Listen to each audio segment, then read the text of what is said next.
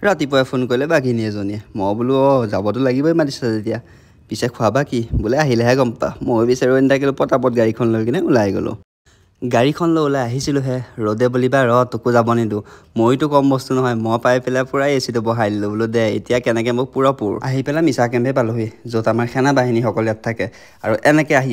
আমি মিনি কাজিৰঙাখন পালোঁ মানে এইখন কাজিৰঙা অলপ মিনিয়ে হয় কিয় কাৰণে ক'লোঁ গছ গছনি ইয়াতো সেই একেই কাজিৰঙা নিচিনাই কিন্তু অলপমান আগলৈ গ'লেহে মেইন কাজিৰঙাখন পোৱা যায়